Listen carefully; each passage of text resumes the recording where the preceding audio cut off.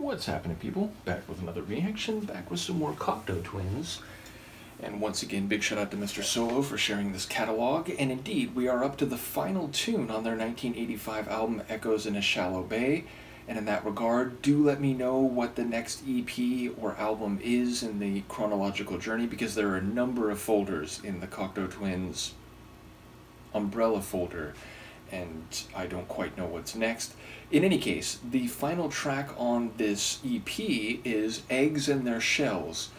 So as always with Cocteau Twins, I don't know how much to expect in terms of a narrative or discernible lyrics per se, but if there are any, I would expect them to once again relate to butterflies or moss at any stage of their life cycle, though I suppose in this case at the earliest phase.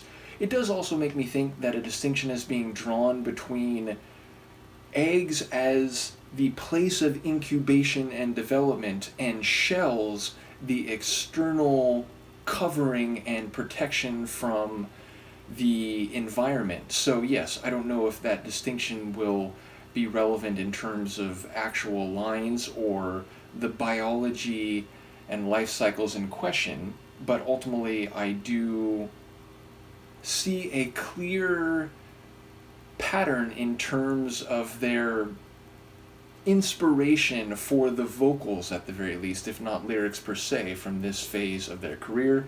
In any case, let's give it a listen. This is Cocteau Twins. It's the final track on their 1985 Echoes in a Shallow Bay EP, and it's Eggs and Their Shells.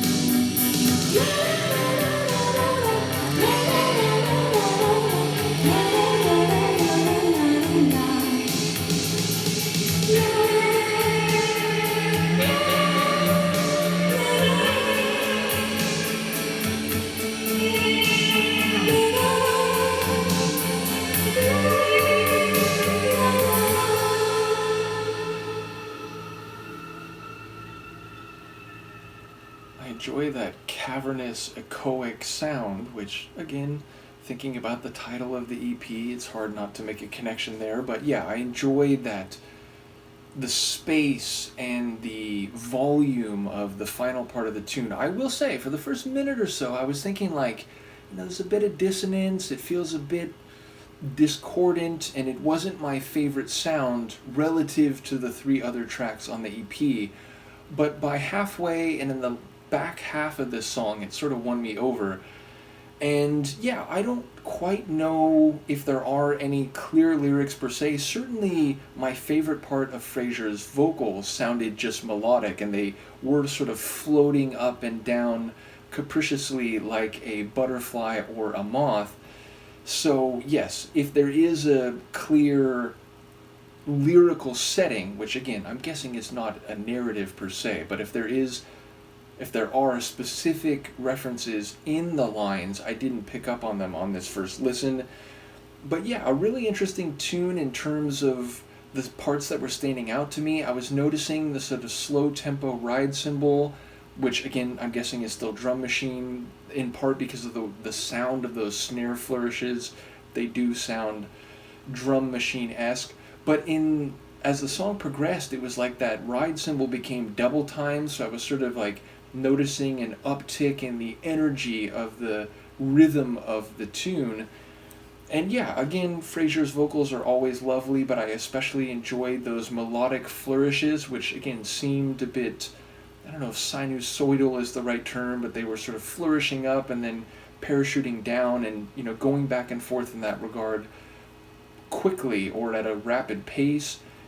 And as I said, the tune seemed to start a bit all over the place with a bit of tension or discord, but I suppose that could be, in a way, like conceptual, the idea of like being in an egg and developing and all the sort of different biochemical influences that are happening in that development, and then maybe breaking out of the shell and then flourishing and fluttering and floating in the spacious environment. So maybe I'm taking that too far conceptually or reading too much into it, but my brain was on a journey trying to figure out what was happening, which that's sort of indicative of the Cocteau Twins' journey in terms of taking these really expressive vocals and this rich sonic environment, which doesn't always have a lot of clear narrative or scene setting in terms of storytelling,